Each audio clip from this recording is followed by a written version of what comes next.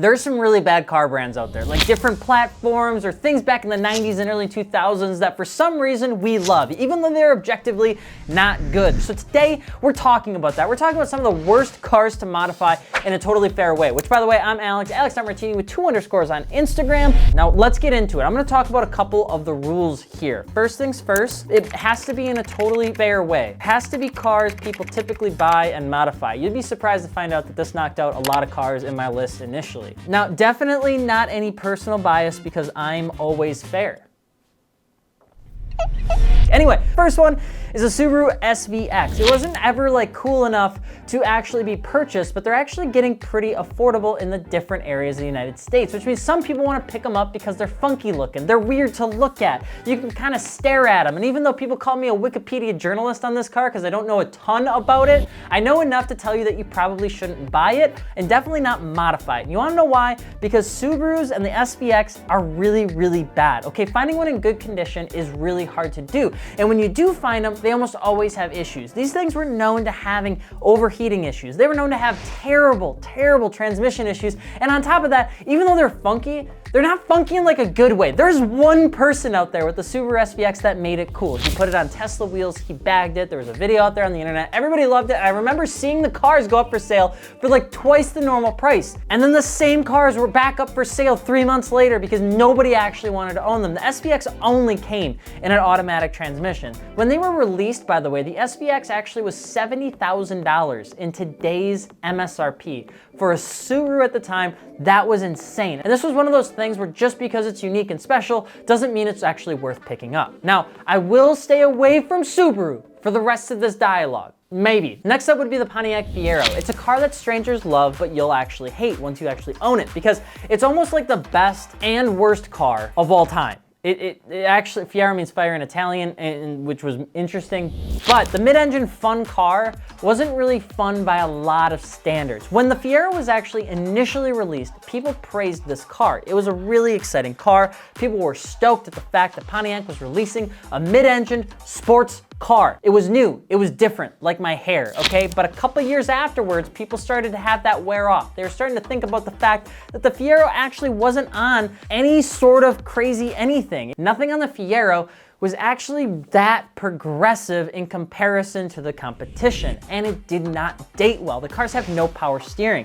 The brakes had massive issues. You had terrible fuel mileage. It was slower than a Honda CRX at the time. Now, I'm not saying you can't get a Pontiac Fiero, okay? Maybe you want a Toyota MR2, but they're climbing in price, so you get the next best thing. For some reason, that's a Pontiac Fiero. The early gens are the worst ones you can get. So if you are gonna get a Pontiac Fiero anyway, go later into the years because you're gonna have less issues with them. Now, I love them, my dad had one, they are neat cars, but that doesn't really mean that they're very good cars to modify, and they sure as shit ain't fast enough to do anything that exciting. Now, next up, and I have to say, it pains me to talk about this car specifically because it is one of my favorite cars. And the car that I'm talking about is the B5 Audi Allroad, the C5 A6, the B5 S4, that platform of cars. Love them to death. Now, one of the things that I think really kind of spreads itself away from other cars in this platform, especially when you look at like the European stuff, Volkswagen, the early 2000s, the R32s, the C5s, the B5 S4s, is that for a very brief period of time, Volkswagen and Audi were using a lot of components out of plastic. They used it in gears and different places that held onto belts and things that were decaying over time. And the only big problem with that is that when those things started to kind of tear away and fall apart and deteriorate, it would cause massive failures in things. Now, that goes into and is almost exaggerated even more with turbocharged setups. The 2.7T is twin turboed. It's an awesome engine. I love this engine to death. A lot of the components, especially like the tubing, the intercooler stuff, a lot of those plastic things, they crack, overheat. They start to twist and turn, and getting them repaired and getting them fixed with name brand parts is very, very expensive. So if you're on a budget and you're looking to buy an Audi, I probably wouldn't recommend a B5 S4, just like I wouldn't recommend a C5 A6. In fact, if you're on a budget,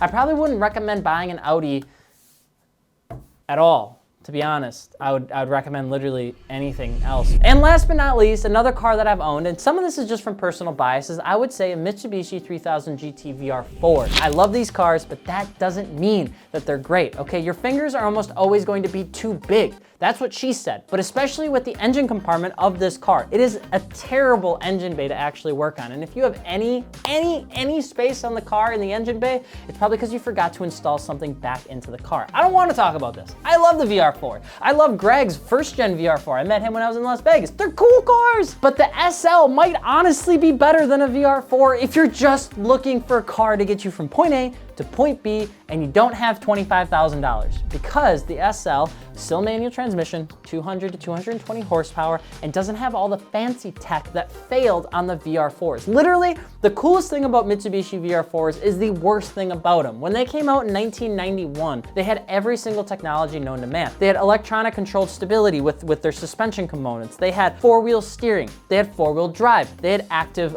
exhaust systems where you can change it. It was valved. They had active aero on the front bumper and on the rear spoiler. All of this technology, which pretty much amounted to a twin turbo 2-ton car that did everything you could want until everything broke.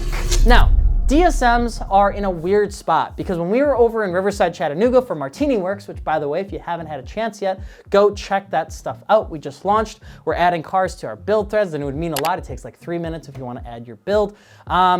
DSMs are apparently dead. Nobody knew what DSM even stood for. What does DSM stand for? Oh, what does DSM stand for? Wrong person. What does DSM stand for? I don't know. You're killing me. What does DSM stand for? I have no clue. DSMs though, it just seems like no one really cares about them anymore, but they were awesome. And the people that still modify them, they have some wickedly cool cars. Like people just don't do them anymore, but there's a 4G63 out there doing 215 miles an hour in under 6 seconds. This is a DSM. Now, drag DSMs are about the craziest thing to probably grace this good green earth. But for 90% of people, just like Subaru, they just aren't for normal people to modify their cars. They're tough to work on. They like, it's almost like an art that's past, like the air-cooled Porsche owners. Maybe one day this will come back, but I will be honest with you, up here in Wisconsin, the #1 thing I see in fields of vehicles, by the way, are old Chevy 1500s, Pontiac Grand Ams, and first-gen DSMs that are all just rotting away, doing nothing. And I have a feeling that more of them are gonna end up like that because not a lot of people wanna work on them, and they aren't that great to work on unless you have a perfectly clean example. So those are some